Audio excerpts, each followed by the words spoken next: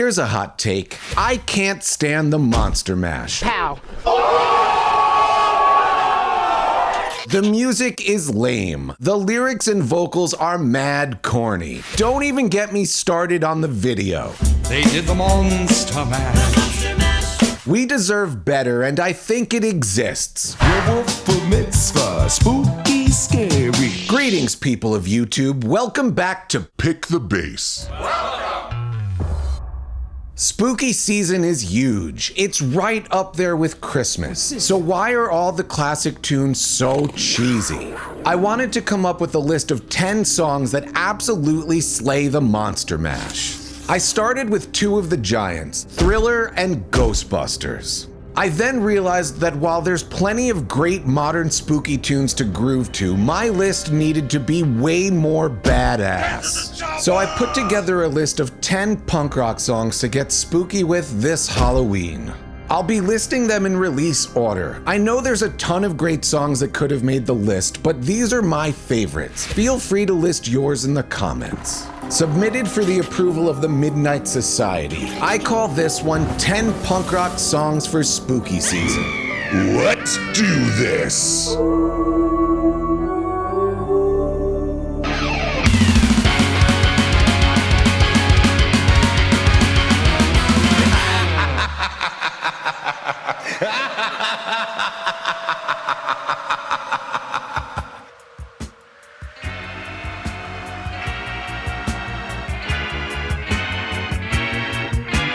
Ghost Town. This is my favorite song on the list. Released by the Specials in June of 1981, this is the last single with all of the original members. It was made spooky by its inclusion in Shaun of the Dead in 2004. We're coming to get you, Barbara.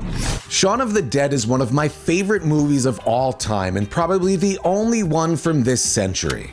Wait, that's a lie. There's also The Hitchhiker's Guide and the Kill Bill movies.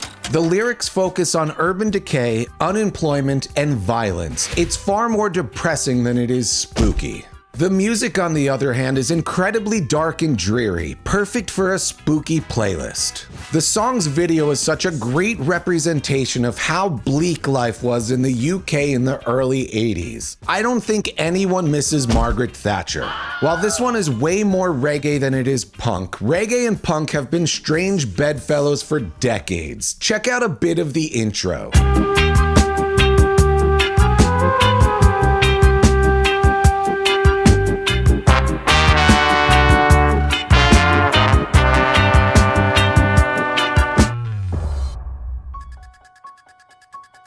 Do you remember Halloween? The Misfits sure do. The Misfits are the OG spooky bad boys of punk, and can anything be more spooky than Glenn Danzig singing about candy apples and razor blades? I don't think so. I don't think so. Released as a 7-inch single on Halloween in 1981, the artwork is the first appearance of the now classic Misfits logo. Spooky. I'll be honest, this is nowhere near the best song from the original run of the Misfits. That being said, I don't think you'll find another song that croons the word Halloween at you no less than 17 times. Check it out. I remember Halloween.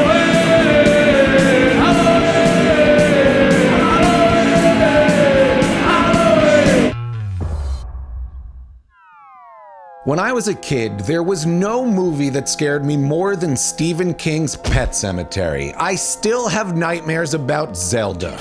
Never get out of bed again! Never get out of bed again! The Ramones song of the same name was written for the movie and came out on their 1989 album Brain Drain. The rumor goes that Stephen King invited the Ramones to his house to hang. While they were there, he gave Dee Dee a copy of the book. Dee Dee retreated to the basement, returning an hour later having written the song. The song is far less scary than the movie, but still a terrifying addition to our spooky list. The music is textbook Ramones, and the lyrics sound like an edited for television Misfits song. Check out a bit of the chorus. I don't wanna be buried in a pet cemetery.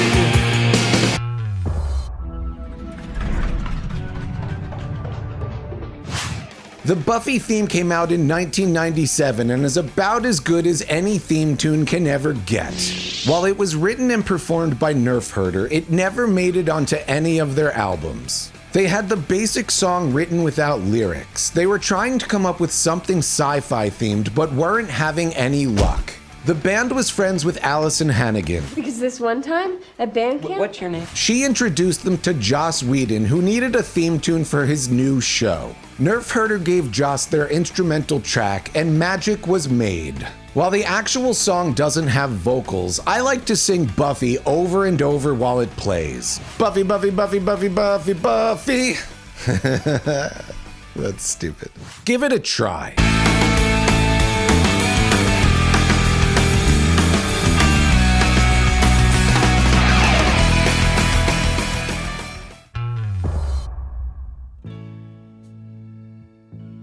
My favorite spooky season movie is the Rocky Horror Picture Show. You either totally agree with me or you have bad taste in movies. The film came out in 1975 and has been killing it as a midnight movie ever since. I used to go a lot when I was young. It's a great time, and if you've never been, you should really check it out. Me First and the Gimme Gimmes released their cover of the theme tune, Science Fiction Double Feature, on their 1999 album, Are a Drag. Check out a bit of the chorus, and remember to always be it. Don't dream it. Be it.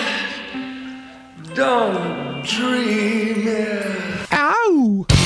Science fiction. Double feature. Dr. X will build a creature. Well, everyone, welcome to number 6. 6, 7. 6, 7. I know I've brought this up before, but AFI used to be so good. I loved when they were all spooky and hardcore at the same time. I often think of Alkaline Trio as the spiritual successor to the Misfits, but AFI deserves that crown just as much. AFI released their spookiest album, the All Hallows EP, in 1999. Davey is basically doing a Danzig impression the entire time. They even cover the Misfits' Halloween.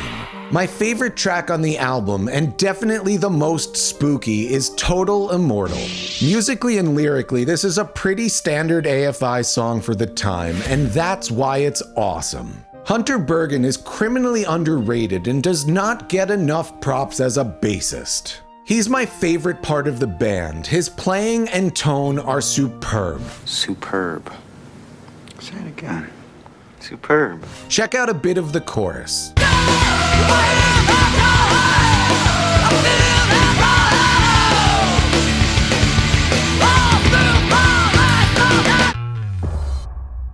I should point out that I specifically bought this spooky party shirt just for this video. I'm all about going the extra mile. So I wore this ridiculous thing for you. Pods and Gods is one of the weirder NoFX songs. It was written and recorded with their album Pump Up the Volume, but was put out as a 7-inch a month before that release in the year 2000.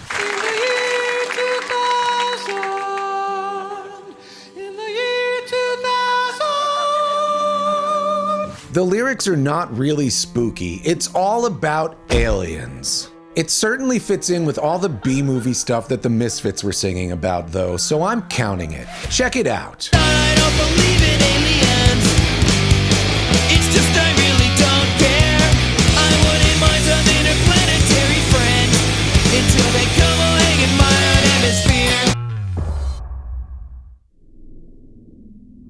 I don't believe in ghosts. I could totally spend the night in any haunted house and be just fine. The tailor in the Real Mackenzie song, The Skeleton and the Tailor, felt the same way as me. Then he spent the night at the Stones on Graveyard Hill. That definitely changed his mind. While there, he encountered and was attacked by a 10-foot tall skeleton, which is definitely not a good time. Here's what's always bugged me. Did the skeleton grow after death, or did it come from a 10-foot tall person? I guess we'll never know. Anyway, the song came out on their 2005 album, 10,000 Shots. This was the first Mackenzie's album I heard, and their first with legendary bassist Joe Raposo. The real Mackenzies don't get enough love. They have so many great albums, and just about everyone cool has been in the band at one point or another. So why not kick back a shot or two and check out a bit of the Skeleton and the Tailor.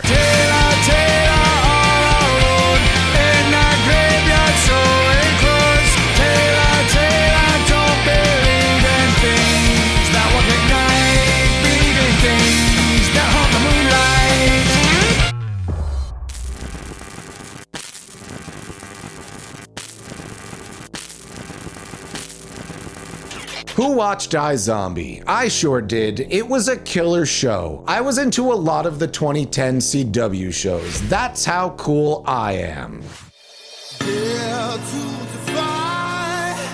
The theme tune, Stop I'm Already Dead, is such a good time. Before being a banger of a theme tune in 2015, it came out on Dead Boy and the Elephant Men's 2005 album, We Are Night Sky. I feel like I'm the only person who has ever listened to this one. It's a fantastic noisy indie rock record, and you should check it out. I know it's not quite punk rock, but it's close enough for me and my list. The lyrics to this one are creepy as f***. Check it out.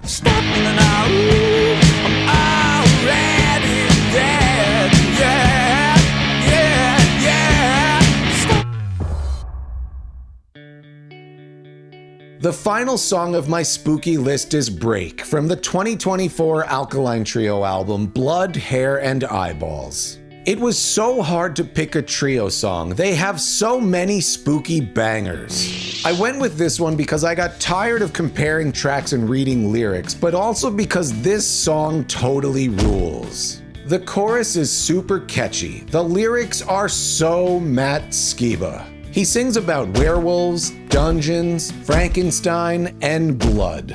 Alkaline Trio always makes me wish I was all spooky and goth, but I'm just not. I suppose a boy can dream. Anyway, check out a bit of Break. If you dare. Ha ha ha ha. Spooky. When we break down, when we fall apart, you'll be there, smiling ear to ear. Well, now we all can be 33% more spooky and punk rock. What did you think of my list? What would be some of your picks? How do you feel about spooky season? Have you ever eaten an entire box of Halloween cupcakes in one sitting? Because I sure have. No regrets. Should I have given Thriller a pass and included it on this list? Let me know down in the comments. Finally, please make sure you like, subscribe, ring the bell, all the YouTube stuff. I know it's annoying to hear that all the time, but it really helps. I'm having a great time making these videos, and the more that I know that you're enjoying them, the more that it motivates me to continue. I'll catch you next time, but until then, be excellent to each other. And party on, dudes! See ya. Thank you.